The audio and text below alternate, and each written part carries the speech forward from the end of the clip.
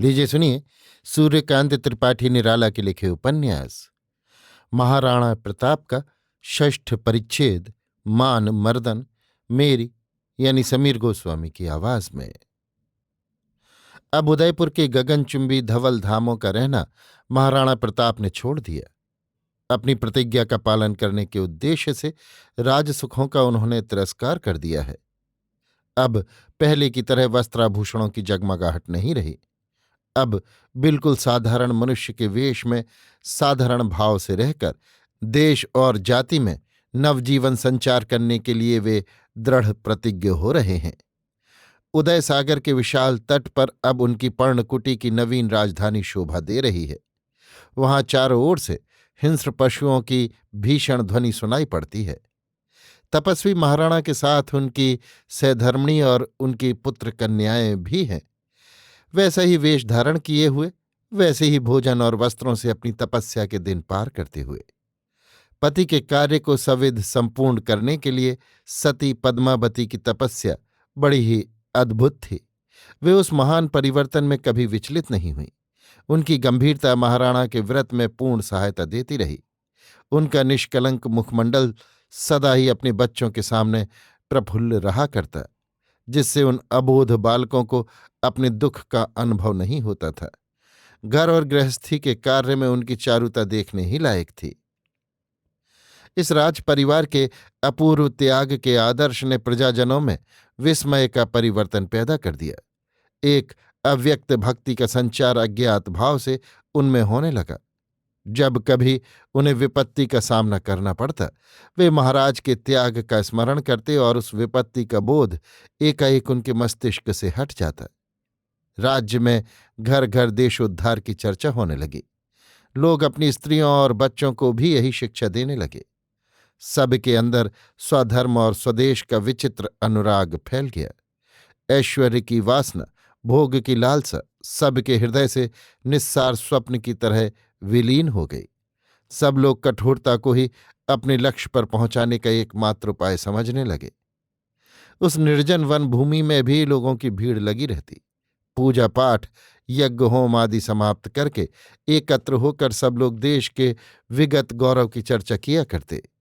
बीच में महाराणा प्रताप को बैठाकर देशोद्धार की कल्पनाएं लड़ाया करते, उनसे उपदेश लिया करते। व्यूह रचना और संगठित सिपाहियों के युद्ध कौशल की शिक्षा ग्रहण करते। देखते ही देखते वो एकांत स्थान त्याग और वीरत्व का विश्वविद्यालय हो गया।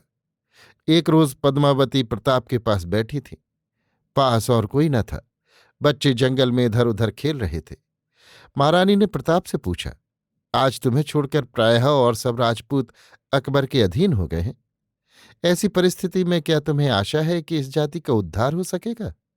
प्रताप, हमें इतना ही अधिकार है कि हम अपने आचरणों को पूरी तरह से निभाते जाएं। हमें किसी दूसरे को शिक्षा देने का अधिकार नहीं है।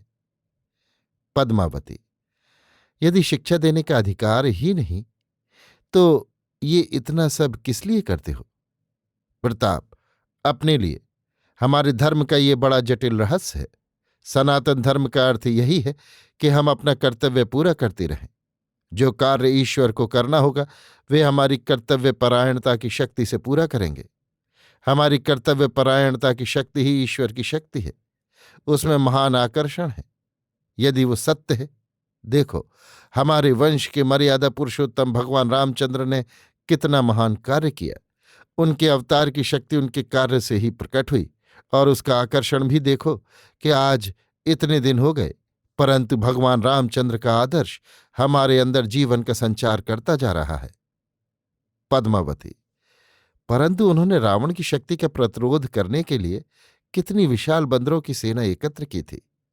तुम मुट्ठी भर आदमियों को लेकर कैसे अगणित यवनों का सामना करोगे? प्रताप, बंदरों की सेना भगवान रामचंद्र की ही शक्ति से एकत्र हुई थी। रावण विजय के केंद्र वही हैं। पहले उनका सहायक कोई न था। उनकी शक्ति के विकास ने ही इतना महान रूप धारण किया। हमारे अंदर उस शक्ति का जितना विकास होगा, उतना बड़ा बाहरूप, उतनी बड़ी सेना भी अवश्य ही संगृहीत होगी। यह आकर्षण किसी लोभ या लालच का नहीं, इसमें प्राणों की पुकार है। यदि सेना एकत्र न हो तो क्या हमारा ये कर्तव्य होगा कि हम अपना धर्म ही छोड़ दें, मुसलमानों की अधीनता स्वीकार कर लें? देखो, यही लालसा और भोग का रूप आता है। हम मुसलमानों से क्यों मिलें, धर्म क्यों छोड़ें, अर्थात अपने को दुर्बल समझें, सुख की तलाश में फिरें? यही है ना अधर्म? यही है। यही हमें अपनी यथार्थ कार्य का पता चलता है। अपने धर्म में मर जाना भी अच्छा, परंतु दूसरे का धर्म कदापि ग्रहण न करना चाहिए। भगवान श्री कृष्णचंद्र की वाणी का सत्य अर्थ यहां खुल जाता है। पद्मावती, यदि तुमसे राजपूत राजा ही लड़ने के लिए आवें तो तुम क्या करोगे? अपने भाइयों का संहार करोगे? प्रताप, वे मेरे भाई नहीं, वे मेरे शत्रु हैं और मुसलमानों से भी भयंकर। हमारा धर्म बड़ा गहन है। देखो, जो लोग अकबर से जा मिले हैं, उनके मिलने का कारण भी सोचो। वे जिस तरह अपने को धोखा देते हैं, उसी तरह दूसरों को भी धोखा देना चाहते हैं। उनके भीतर तो भरा है भय, लालसा, भोग, ऐश्वर्य, मद, परंतु बाहर वे अपनी प्रजा को समझाते हैं कि तुम्हारे प्राणों की रक्षा के लिए, तुम्हारे धन को लूटने से बचाने के इरादे से हम बादशाह से मिले हैं, उन्हें अपनी लड़कियां दी हैं। कितनी नीचता है! जिसकी दृष्टि इतनी बहिर्मुख है, वो क्या हमारे धर्म को समझेगा? हमारे धर्म में कहीं भी प्राणों की माया नहीं की गई। जहां प्राणों पर कुछ भी प्रेम है, वहां हमारा पवित्र धर्म भी नहीं। फिर क्षत्रिय धर्म का आदर्श तो बहुत ही महान है। पद्मावती, अभी अच्छी तरह मैं नहीं समझी। प्रताप, प्राणों पर विजय प्राप्त करना ही हमारे धर्म की शिक्षा है। ब्राह्मण तपस्या के बल से, क्षत्रिय शौर्य से, वैश्य दान से और शूद्र सेवा से विजय को प्राप्त करते हैं। चारों के कर्म तो अलग अलग हैं, परंतु लक्ष्य चारों का एक ही है। देखो, युद्ध के समय यदि हम पीठ दिखाएं तो जैसे मरने से डरे, वैसे ही धर्म से पतित हुए। यदि तुम अपने पति का संग एक मुहूर्त के लिए भी छोड़ दो, तो जैसे पति से अलग रहकर किसी दूसरे सुख की कामना तुम्हारे मन में हुई हो। इसलिए तुम सती धर्म से गिर गईं। इस विचार से ही कहा गया है कि पति पत्नी का संबंध चिरकालिक है। पति के न रहने से पत्नी उसकी कामना करके स्वर्गलोक में तत्काल उससे मिले। इससे सिद्ध है कि तुम्हें प्रेम के पीछे प्राणों की बलि देने की ही शिक्षा दी गई है। इसी तरह प्राणों का मोह छोड़ देने के बाद धर्म की व्याख्या होती है। जो राजपूत राजा हमारा विरोध करने के लिए आएंगे, वे अनार्य धर्म वाले हैं। एक धर्मनिष्ठ को धर्म भ्रष्ट करने से बढ़कर पाप दूसरा नहीं। इसलिए हम उनका संहार करेंगे। हमें कुछ भी संकोच न होगा। पद्मावती, तुम्हारा साथ देने वाले इस समय कौन कौन है? प्रताप, कोई नहीं, हमारे राज्य के सरदारों को छोड़कर। मारवाड़, बीकानेर, अंबर, अजमेर सब के सब अकबर से जा मिले हैं। राजपूताना राजपूत विहीन हो रहा है। एक एक करके सब राजाओं ने अपना धर्म, देश और अपनी आत्म मर्यादा अकबर के हाथों सौंप दी है। पद्मावती, पहले तो ऐसा ना हुआ था, इस अकबर के समय में कैसे हो गया? प्रताप, अकबर बड़ा ही चतुर है, वो मिलाकर मारता है। अभी तक मुसलमान अपने ही धर्म की श्रेष्ठता साबित करते आए थे। हमारे धर्म को घृणा की दृष्टि से देखते थे, इसलिए राजपूतों से मेल न हुआ था। परंतु अकबर ने एक दूसरी माया फैलाई है। वो सब धर्मों में सत्य के देखने का ढोंग करता है और राजपूत राजाओं को दिखावटी स्नेह के जाल में फांसकर उन्हें वश में ला रहा है। पद्मावती, मुगलों के चरणों में अपनी स्वाधीनता की डाली चढ़ाने वाले उन कुलांगार राजपूतों को अलग कर देने से यहां और कितने राजघराने रह जाते हैं जिनसे विवाह का संबंध रखा जा सके? प्रताप, एक भी नहीं, परंतु ये निश्चय है कि सिसोदिया वंश का संबंध अब उन कुल कलंक पिशाचों से कदापि न होगा। हमारे वंश का दीपक चाहे भले ही न रहे, परंतु प्रकाश धुंधला न हो पाएगा। इसी समय प्रताप को एकाएक खबर मिली कि उनका आतिथ्य ग्रहण करने के उद्देश्य से महाराजा अंबरपति मानसिंह आए हुए हैं।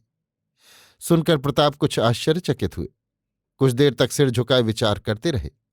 अंत में एक निश्चय पर पहुंचकर कहा, महाराज मानसिंह आए हुए हैं? अच्छा, कुमार अमर सिंह को भेजो। दूत चला गया। अमर सिंह को उसने महाराणा की आज्ञा सुना दी। अमर सिंह अपने साथियों से वार्तालाप कर रहे थे। तत्काल महाराणा के पास पहुंचे, प्रणाम कर एक ओर खड़े हो गए। प्रताप ने कहा, सुना है अमर, महाराजा मानसिंह आए हुए हैं अतिथि होकर। भगवान दास के नामी सपूत, जिनकी बहन से जहांगीर का विवाह हुआ है? हाँ वही, प्रताप ने गंभीर होकर कहा। अमर, क्या शोलापुर पर मुगलों की विजय हुई है? मुगलों की तो नहीं हुई, हाँ मानसिंह की हुई है, अमर सिंह ने सविनय उत्तर दिया। राजपूतों का कलंक शायद अपनी विजय का गर्व दिखलाने के लिए आया है, पद्मावती ने घृणा से कहा। हाँ, बादशाह की कीर्ति पताका का प्रभाव दिखलाना इसका उद्देश्य अवश्य होगा, परंतु हमें इस समालोचना से कोई काम नहीं। जिस अभिप्राय के साथ वे आए हैं उसी की पूर्ति हमें करनी चाहिए। महाराणा ने गंभीरतापूर्वक कहा। देखो अमर, हमारा धर्म है कि हम यथाशक्ति उनकी अभ्यर्थना करें, अतिथि का यथोचित सत्कार करें। जाओ, अपने सहायक मित्रों के साथ उनके रहने और भोजन पानी आदि का उचित प्रबंध करो। जब तक उनका भोजन न हो जाए हमें न बुलाना। अभी तो उनके स्वागत के लिए ही जाते हैं, परंतु मिलकर ही चले आएंगे। कुल प्रबंध तुम्हें ही करना होगा। अमर सिंह चले गए। महाराणा भी इधर मानसिंह के स्वागत के लिए अपने कुछ सरदारों को साथ लेकर चले। मानसिंह जिस जगह पर महाराणा की प्रतीक्षा कर रहे थे वह स्थान कमल मीर के बिल्कुल पास ही था। प्रताप राजकुलोचित शिष्टाचार के साथ महाराज अंबरपति से मिले और उनके इस परिश्रम के लिए बारंबार धन्यवाद दिया। मानसिंह ने भी मुगली सभ्यता की काफी शब्द जाल रचना की। कहा, इससे उत्तम अवसर शायद मेरे भाग्य में कभी आया ही नहीं। आज मैं सिसोदिया वंश के उज्ज्वल रत्न महाराणा प्रताप से मिल रहा हूं। महाराणा का व्यक्ति महत्व और वंश महत्व भारतवर्ष में किसे मालूम न होगा। मैं ईश्वर को धन्यवाद देता हूं कि आज मेरे हृदय की चिरकाल की अभिलाषा पूरी हुई। महाराणा प्रताप ने नम्रता से कहा, मेरा परम सौभाग्य है कि अंबर नरेश श्रीमान मानसिंह ने मेरे यहां पदार्पण करने का कष्ट स्वीकार किया। उनकी उदारता का इससे बढ़कर और क्या प्रमाण होगा। बिना प्रार्थना के ही मुझे सौभाग्य मिला। ये महाराज की ही महत्ता है। मानसिंह को बड़े आदर यत्न से महाराणा अपने यहां ले आए। उधर उनके टिकने का समुचित प्रबंध महाराणा कुमार अमर सिंह ने कर ही रखा था। मानसिंह अपने साथियों सहित आनंद से उसी भवन में ठहरे। अमर सिंह के प्रबंध से मानसिंह के भोजन आदि की तैयारी उदय सागर के तट पर ही बड़े समारोह से की जाने लगी। वेनिस का ही रूपक खड़ा कर दिया गया। तालाब के चारों ओर पानी के ऊपर घाट बंधवा दिए। अनेक प्रकार के पत्र पुष्पों के तोरण द्वार बनवाए गए। उनमें झालरें लगीं। बड़े बड़े झाड़ और फानूस टांगे गए। चारों ओर रोशनी की जगमगाहट से विचित्र शोभा फैल गई। फर्श पर सोने और चांदी के अगणित बर्तन रखे हुए थे, जिनकी प्रभा से दर्शकों की आंखें चकाचौंध हो रही थीं। लोगों के चेहरे पर एक अद्भुत चंचलता थी। गलती न हो इसके लिए जैसे 1000 आंखें हमेशा सतर्क हों। मानसिंह साधारण मनुष्य न थे, वे बादशाह अकबर के दाहिने हाथ थे। मानसिंह न होते तो अकबर का इतना प्रभाव इतिहासकारों की दृष्टि में शायद ही रहता। अकबर के समय में जितनी लड़ाइयां मुगलों ने फतह की उनमें अधिकांश मानसिंह की ही जीती हुई थी। और ये अकबर वही अकबर हैं जिन्होंने चित्तौड़ का समूल ही नाश कर दिया। महाराणा प्रताप के जो प्रबल प्रतिद्वंद्वी हैं, मेवाड़ की स्वतंत्रता के प्रधान शत्रु, उधर मानसिंह राजपूत हैं, वे धर्मियों से वैवाहिक संबंध करने वाले, हिंदू सभ्यता और हिंदू कीर्ति का नाश करके मुसलमानों का गौरव बढ़ाने वाले। इन अनेक कारणों से ये अतिथि सत्कार विशेष महत्व रखता था और उसकी पूर्ति भी उसी तरह से की जा रही थी। जब से महाराणा ने व्रत ग्रहण किया था तब से उनका जीवन एक तपस्वी का जीवन हो रहा था। वे फल फूल और साधारण भोजन करके ही दिन पार कर रहे थे। उनके साथ उनके परिवार वाले और उनकी प्रजा भी सुख की कल्पना छोड़ चुकी थी। किंतु यहां मानसिंह के लिए सभी सामान तैयार किया गया था और विलासी मानसिंह के भोजन के लिए राजसी प्रबंध हुआ था। सब सामान तैयार हो गया। कुमार अमर सिंह महाराज मानसिंह को भोजन करने के लिए बुलाने गए। इधर चारों ओर आसन लग गए और लोग महाराज मानसिंह के आने की बाट जोहने लगे। सब लोग बड़े अदब कायदे से खड़े प्रतीक्षा कर रहे थे। राजसी ठाठ बाट से महाराज मानसिंह कुमार अमर सिंह के साथ उस सजे हुए घाट पर आए। सजावट देखकर बहुत प्रसन्न हुए। बार बार महाराणा को धन्यवाद देने लगे और शिष्टाचार दिखाने के विचार से विनीत शब्दों में इतने समारोह की क्या जरूरत थी बार बार कहने लगे। मानसिंह के साथी भी उनके स्वर में स्वर मिलाकर कुमार अमर सिंह को हर तरह से संतुष्ट कर रहे थे। मानसिंह अपने साथियों के साथ आसन पर बैठ गए। सबके सामने थालियां रख दी गई। सब लोगों ने आचमन किया, अपने अपने इष्ट देव के नाम से अग्रभाग निकाल दिया। मानसिंह इस समय कुछ चिंतित से हो रहे थे। वे महाराणा प्रताप से किसी शिष्टाचार के विचार से मिलने नहीं आए थे। उनका उद्देश्य कुछ और ही था। उनका भीतरी मतलब उनके साथी भी नहीं जानते थे। मानसिंह को मुगलों के साथ रहकर धूर्तता की खासी आदत पड़ गई थी। कितने ही राज्यों को उन्होंने धोखा दिया। राजनीति के वे मशहूर ज्ञाता थे। अपने समय के वे प्रसिद्ध कुटिल मनुष्य थे। उन्होंने सोचा था कि इस बार महाराणा से मिलकर अपनी चालाकी और दिखावटी प्रेम के प्रभाव से प्रताप सिंह को धोखा देकर अपना मतलब अच्छी तरह गांठ लूंगा। बात यह थी कि जब से जहांगीर के साथ उन्होंने अपनी बहन की शादी की थी, तब से राजपूतों की दृष्टि में वे गिर गए थे और सब तरह की प्रतिष्ठा तो वे प्राप्त कर चुके थे, परंतु सामाजिक श्रेष्ठता उन्हें नहीं मिली। बड़े बड़े नामी घराने के क्षत्रियों ने उनके साथ खान पान बंद कर दिया था। इसके लिए अकबर भी कुछ न कर सकते थे, क्योंकि वे खुद अपना उल्लू सीधा कर रहे थे। उन्हें किसी दूसरे के दर्द की क्या फिक्र थी। दूसरे, उन्होंने पहले ही से घोषणा कर रखी थी कि किसी के धर्म में हस्तक्षेप हम न करेंगे। इस घोषणा के कारण किसी राजपूत पर वे धार्मिक दबाव न डाल सकते थे। किसी से कह न सकते थे कि तुम मानसिंह के यहां भोजन करो। इससे उन्हें कोई लाभ भी न था, बल्कि राजपूतों के लड़ जाने से उन्हें नुकसान ही था। वे पहले तो प्रवर्तक होने का कुछ गर्व रखते थे, परंतु पीछे से उन्हें हार्दिक कष्ट हो रहा था। सामाजिक शक्ति की सत्ता स्वीकार करने लगे। अस्तु, समाज के लोगों में मिलने के लिए उन्होंने यही उत्तम सोचा कि प्रताप से यदि किसी प्रकार से भोजन पान का संबंध हो जाए तो जाति वालों पर इसका प्रभाव पड़े बिना न रहेगा। इस समय प्रताप जैसा वंश मर्यादा में श्रेष्ठ राजपूत और कोई नहीं। वे एक धूर्तता से प्रताप से मिलना चाहते थे। उन्होंने सोचा, मेवाड़ की इस समय बड़ी खराब हालत है। चित्तौड़ के नष्ट होने के बाद से सिसोदिया वंश निर्जीव हो रहा है। यदि शोलापुर विजय के पश्चात महाराणा के यहां जाऊंगा तो इस विजय का प्रभाव अवश्य महाराणा पर पड़ेगा और अपने राज्य को अकबर के ग्रास से बचाने के लिए वे अवश्य ही मेरे सामने विनयपूर्वक पेश आएंगे और उस समय इन्हें निश्चिंत रहने का मौका हासिल कर लूंगा। यदि प्रताप के साथ भोजन पान का प्रबंध हो गया तो जाति के सब लोगों पर इसका प्रभाव पड़ेगा और मेरी गई हुई सामाजिक प्रतिष्ठा आ जाएगी। लेकिन जब भोजन के लिए आसन पर बैठे तब उनकी कल्पना की कच्ची दीवार आप ही ढह गई। एकाएक कलेजे में तीर सा आकर चुभ गया। अभिमान की ज्वाला में तमाम बदन धधक उठा। उसी आग में जलते हुए अमर सिंह से उन्होंने कहा, क्यों कुमार, तुम्हारे पिता अभी नहीं आए? उनके बिना हम कैसे भोजन करें?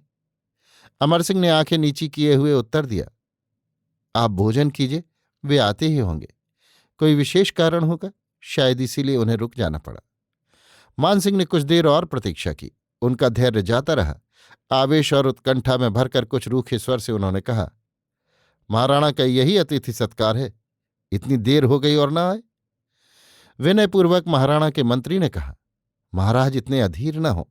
महाराणा की तबीयत अच्छी नहीं होगी, नहीं तो अब तक वे अवश्य आ गए होते। आदमी भेजा है, अभी महाराज को खबर मिल जाएगी। मानसिंह कुछ देर बैठे रहे। उनके साथी भूख के मारे हैरान हो रहे थे।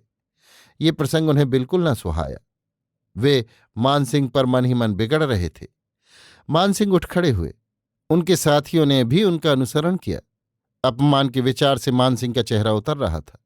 उन्होंने गंभीर स्वर से कुमार से पूछा, क्यों कुमार, कोई खबर आई? पिताजी तो सिरदर्द से बेचैन हैं, विनयपूर्वक अमर सिंह ने उत्तर दिया। सावन की अंधेरी रात में तालाब का पानी जिस तरह घोर काला ही काला हो जाता है, उसी तरह मानसिंह की चेष्टा भी भयावनी हो गई। प्रतिहिंसा के कारण तमाम देह कांपने लगी। काल की गति तीव्र हो गई। मानसिंह ने सूखे गले से कहा, सिरदर्द का कारण हमारी समझ में आ गया। ईश्वर करे उनका सिर जरूर अच्छा हो। इसकी दवा हमें भी मालूम है। यथाशक्ति हम बहुत शीघ्र इसकी दवा करेंगे। चलने से पहले हम एक बार अपनी आंखों से महाराणा की हालत देख कर जाना चाहते हैं। विषाक्त सर्प फन खोलकर खड़ा था, परंतु दूसरी ओर भी काफी जहर था। वो चोट नहीं कर सका। मैं महाराणा को आपकी आज्ञा अभी चलकर सुनाता हूं। आप कृपा करके कुछ देर ठहरिए। कुमार ने विनयपूर्वक कहा, हाँ, अपनी आंखों देखकर जाइए अंबर नरेश। कहते कहते महाराणा मूर्तिमान धैर्य की तरह अपने शरीर रक्षकों को साथ लिए हुए गर्वित मानसिंह के सामने आकर खड़े हो गए। सब लोग बुद्धि रहित हो महाराणा की उदार गंभीर मूर्ति को कुछ देर तक एक दृष्टि से देखते रहे। मानसिंह, अतिथि सत्कार की अच्छी विधि रही है महाराणा। त्रुटि क्या हुई, कुछ समझ में ना आया राजा साहब, कहिए। महाराणा ने उतनी ही मात्रा में कहा, मुझे शायद आपने अपने राज्य का किसान समझ लिया था। मानसिंह ने घृणा से नाक भौं से कोड़कर कहा, मेरे किसानों की महत्ता आप न समझेंगे।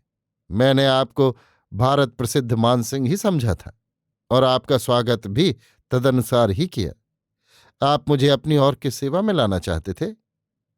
महाराणा ने शांत भाव से कहा, खूब स्वागत किया आपने घर बैठे हुए, मुझे स्वागत की यथेष्ट शिक्षा दी। विरक्ति से मानसिंह ने कहा, मेरा पुत्र, मेरे राज्य का उत्तराधिकारी आपकी सेवा में मौजूद था अंबर नरेश। वो बालक है प्रताप। प्रताप व्रती है मानसिंह। व्रत ग्रहण मेरे स्पर्श से न छूट जाता प्रताप। मानसिंह, तुम्हारी बुद्धि भ्रष्ट हो चुकी है। संस्पर्श दोष किसे कहते हैं अब तुम न समझोगे। मुसलमानों की अभेद मित्रता ने तुम्हारे उस भाव को नष्ट कर दिया है। धर्म की शिक्षा तुम्हें नहीं मिली मानसिंह।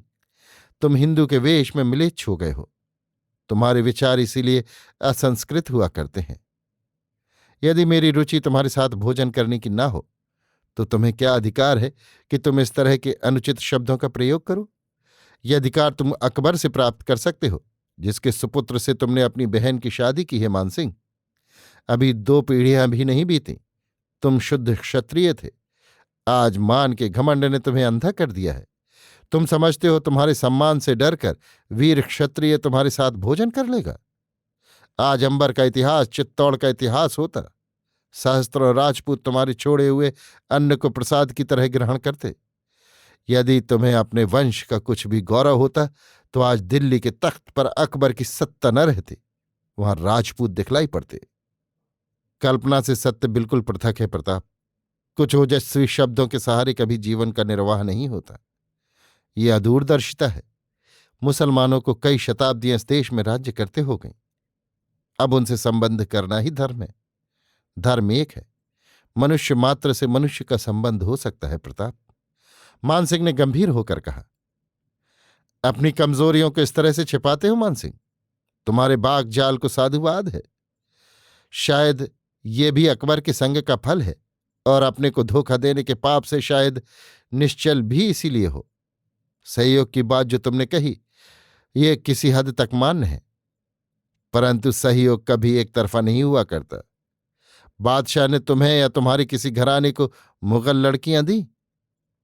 ये वैसा ही संबंध है जैसे मालिक और गुलाम में हुआ करता है। इस सहयोग की इतनी वैज्ञानिक व्याख्या वाहियात है। मानसिंह, अपनी भावना को देखो। प्रताप को सभ्यतापूर्वक वार्तालाप करना भी नहीं आता, ये मालूम न था। और वो सभ्यता भी तुर्की सभ्यता होगी। प्रताप हंसे। प्रताप, तुम अवश्य ही समझते होगे आज तुम जिसके साथ इतने स्वच्छंद भाव से वार्तालाप कर रहे हो वो कौन है? एक मुगलों का गुलाम, कुल का कलंक, धर्म का नास्ती, देश की आग, अकबर की छुरी और जहांगीर का। महाराणा, मंत्री ने रोक दिया। याद रखना प्रताप इन शब्दों को, उत्तर कभी दूंगा। प्रतीक्षा रहेगी मानसिंह। अभी आप सुन रहे थे सूर्यकांत त्रिपाठी निराला के लिखे उपन्यास महाराणा प्रताप का 6ठ परिच्छेद मान मर्दन, मेरी यानी समीर गोस्वामी की आवाज में।